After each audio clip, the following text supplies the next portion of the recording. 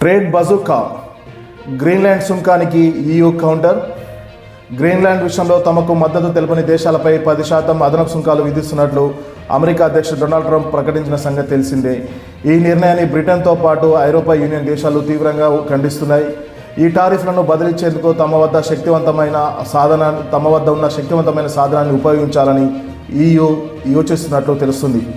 దేశ భద్రత విషయంలో గ్రీన్లాండ్ ఎంత ముఖ్యమని, దాన్ని స్వాధీనం చేసుకుంటామని ట్రంప్ పదే బెదిరిస్తున్న నేపథ్యంలో యూరోపియన్ యూనియన్ వద్ద ఉన్న ఆయుధం ట్రేడ్ బజూకా తొలిసారి వాడాలని యోచిస్తున్నట్లు అర్థమవుతుంది. ఈ మేరకు పలు అంతర్జాతీయ మీడియాలో పలు కథనాలు వెలువడుతున్నాయి. ఏంటి ట్రేడ్ బజూకా? అసలు దీని గురించి మనం కొంచెం వివరంగా చూద్దాం. ట్రంప్ బెదిరింపుల వేళ బెల్జియం రాజధాని బ్రసెల్లో ఆదివారం ఐరోపా యూనియన్ ప్రతినిధులు అత్యవసరంగా సమావేశమయ్యారు. సుంకాలను ఎదుర్కోవడానికి తీసుకోవాల్సిన చర్యలు, యుఎస్తో సంబంధాలపైన చర్చ జరిగింది. ఈ క్రమం బెదిరింపులకు లొంగకూడదనేసి ఫ్రాన్స్ అధ్యక్షుడు మెక్రాన్ పేర్కొన్నారు.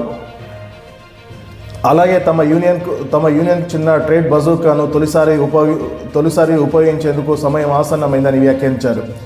యుఏతర దేశాల నుంచి ఆర్థిక ఒత్తిడికి వ్యతిరేకంగా తమ ప్రయోజనాలను కాపాడుకునేందుకు రూపొందించిన వ్యవస్థనే ఈ ట్రేడ్ బజూకా.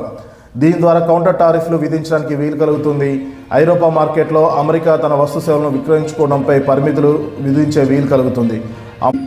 అమెరికన్ కంపెనీలకు లాభదాయకంగా ఉండే EU కాంట్రాక్టుల విషయంలో బిడ్డింగ్ను నిరోధించేందుకు అవకాశం ఏర్పడుతుంది. ఈ టూల్ను ఉపయోగించడం అంటే తమ ఆర్థిక రాజకీయ ప్రయోజనాలను కాపాడుకునేలా చర్యలు ఉంటాయని స్పష్టమైన సందేశం పంపడమే ఈ ట్రేడ్ బజూకా ముఖ్య ఉద్దేశం అనేసి యూరోపియన్ యూనియన్ నాయకులు వెల్లడిస్తున్నారు.